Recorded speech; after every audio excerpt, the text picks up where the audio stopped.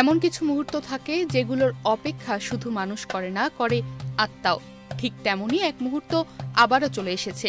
আগামীকাল থেকে শুরু হচ্ছে 2025 সালের পবিত্র হজ, জিলহজের 8 তারিখ।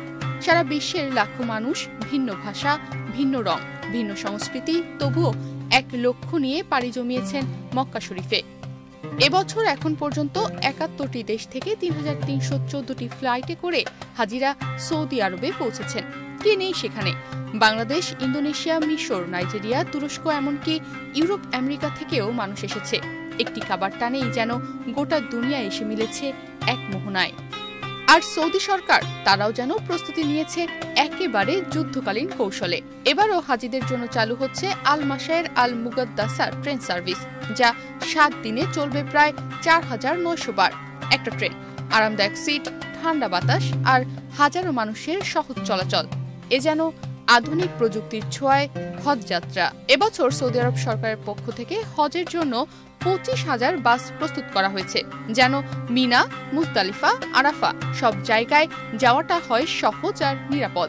এবছর হারমাইন হাই স্পিড রেল চালানো হচ্ছে আগের চেয়ে 75% বেশি ট্রিপ, যাতে কেউই সময়ের হিসাব হারিয়ে না ফেলে।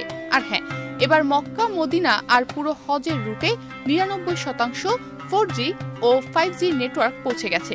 10,500টির ওয়াইফাই পয়েন্টও তৈরি করা হয়েছে হাজিদের জন্য। যারা হজে যান তাদের বয়স, অসুস্থতা সবকিছু মাথায় রেখেই প্রতিটি এলাকায় স্থাপন করা হয়েছে মেডিকেল ক্যাম্প। দ্রুত সাড়া দেওয়ার জন্য মোতায়েন করা হয়েছে বিশেষ টিম।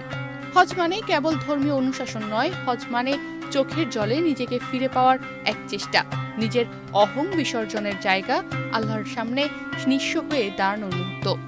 এবারের হজ প্রযুক্তি, প্রস্তুতি আর ভক্তির মেলবন্ধনে সৌদি আরবের ইতিহাসে নতুন এক অধ্যায় লিখতে যাচ্ছে।